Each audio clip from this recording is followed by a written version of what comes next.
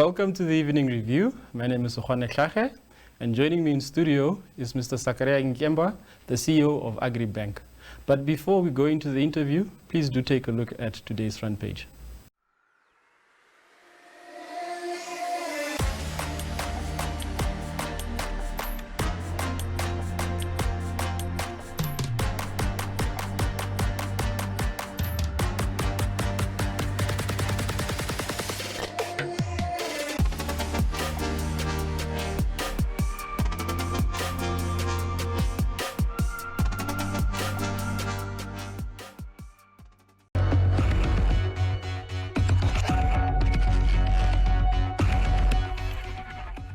Good afternoon, Mr. Nghikembua. How are you? I'm good, thank you. And how are you? I'm fine. Thank you for joining us on the Evening Review. Would like to understand from the perspective of Agribank, how much of an impact has COVID-19 had on your operations and your ability to lend out? Yeah, no, thank you. I think I'd probably like to talk about two things. The one is the drought, and the other is COVID-19. Our clients have been affected more by the drought in the recent past, specifically 2019 and some of the years before that, to a very large extent, and maybe to a lesser extent by COVID-19. So COVID-19 obviously, as well as the drought, affect the ability of our clients to service their loans on time and fully. But that's something that we are always prepared for. We are always prepared to look at solutions to assist our clients to do what they can, whilst obviously also allowing the bank to have some inflows that we can then use to lend anew to new clients. And then what are the learnings that you're taking out? Because we've seen throughout the years, notwithstanding the drought, that a lot of farmers have seen their farms being repossessed. What are some of the new things that you are looking at introducing to sort of avert situations such as this? Yeah. Now, obviously, for us, repossessing any farmland is always the last option. So the last option in the sense that we always look at what is it that we can do to assist this client, whether that is from a restructuring of repayment perspective, as well as from the timelines within which they need to repay, before we even go further down the road to really look for legal action or go towards legal action, and then eventually repay auction. So that's for us always the last resort, and it's not something that we wake up every day to go and do. It is something that happens in some limited cases. But even when we get to that stage, we are always prepared to engage the clients at the very last moment to see if there is a solution that can work both for the client as well as the bank. So it is something that we always do, and I'd like to encourage our clients to always approach us, even at the last minute. If there is a solution that we can together look at, we are quite happy to do that. So that is that. And of course, when we engage, we would always want to look at options, and we can advise the client, and the client can then also obviously decide what it is that they would like to do. So I think that's just where we are. We don't wake up every day to go and sell farms. It's a key message I'd like to send. And then, Mr. Nghikembua, have you had we've seen recently that the land report has come out, the second land report has come out on an ancestral land. Have you had a chance to review the report, and what are your initial impressions of that report?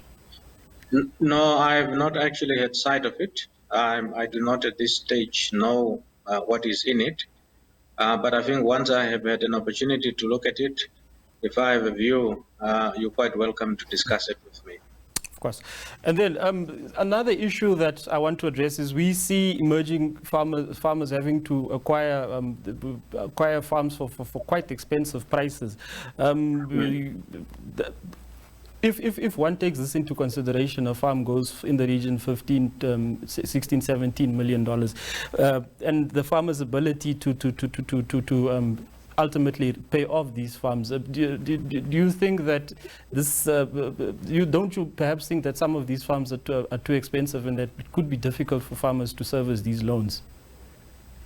Yeah, I think over time land has become expensive, and farmland has particularly become expensive. We have seen some moderation, I think, over the last 3-4 years. But I think there are two things that are important. One is whenever someone wants to buy a farm, they must always make sure that they actually negotiate a price that would allow them to pay off the loan. So I think that's very important because oftentimes we find maybe people want land, and because of that, they do not really put as much effort into negotiating the price as they should. And my advice to anybody who's looking for land is do not overpay, because that's going to be very difficult for you to afford to repay the loan. Secondly, I think from an Agribank perspective, when we do our valuations, we do them based on productive ability, which somehow moderates on the market values, so that at least we are trying to moderate the market downwards, and make it at least to the extent that it is possible affordable for people to buy. And naturally, if we look at the price and we look at the productive capacity of that farm, and we can work out that the productive capacity will not be able to actually pay the loan, we would therefore not actually give that loan to the client, because it will be letting the client into a situation that is already predictable upfront. So we look at those things, and if it is not possible for that client to repay that loan based on the productive capacity of that land and the price that they have agreed with the client, we would simply then not actually extend the loan. I think that is the other way that we look at it. But maybe just to hone it back to the question you asked earlier about COVID-19, and maybe if I can talk about some of the assistance that we have provided that extends not just to COVID-19, but takes care of the effects of the drought as well. We have introduced the COVID-19 relief and stimulus package. And in terms of this, we've got quite high interest, from our clients. And we have so far approved, about 160 applications for restructuring of loans. And what restructuring actually does is, one, to allow, at that particular point in time, the clients to pay not the full arrears, but a portion of it, and then we would capitalize the remaining areas, and we would add 1 to 2 years, to the loan term.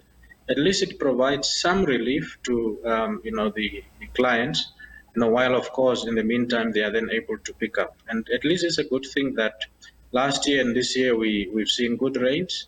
We hope that the rains of this year will continue, and at least that gives the ability to our farmers at least to not just have their animal heads built up again, but of course also they can go into crops as well that would be able to give them some income in the meantime.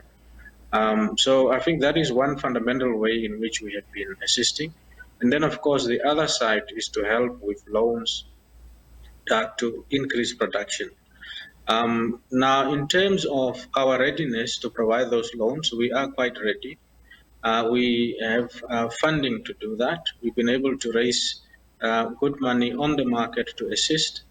And at least if we, on one hand, give relief on the repayment side, and on the other side, we are able to provide some loans to boost production, that at least will enable agriculture to grow and counter some of the general decline that we have seen in the economy, not just today, but in the last number of years as well. Mr. Nghikembua, you are sitting with an asset in Witvlei, an underutilized, or actually it's not being utilized at this point.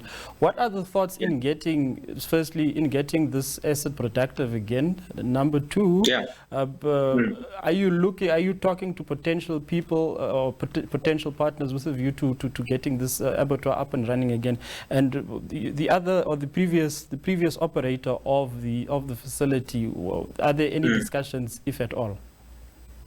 Yeah, I think let me proceed as follows. I do not really want to talk about the background of this facility, except to say that the abattoir belongs to Agribank, and where we are now is we have seen quite a huge interest from the market in terms of the abattoir, in terms of people who want to move in and basically operate this abattoir.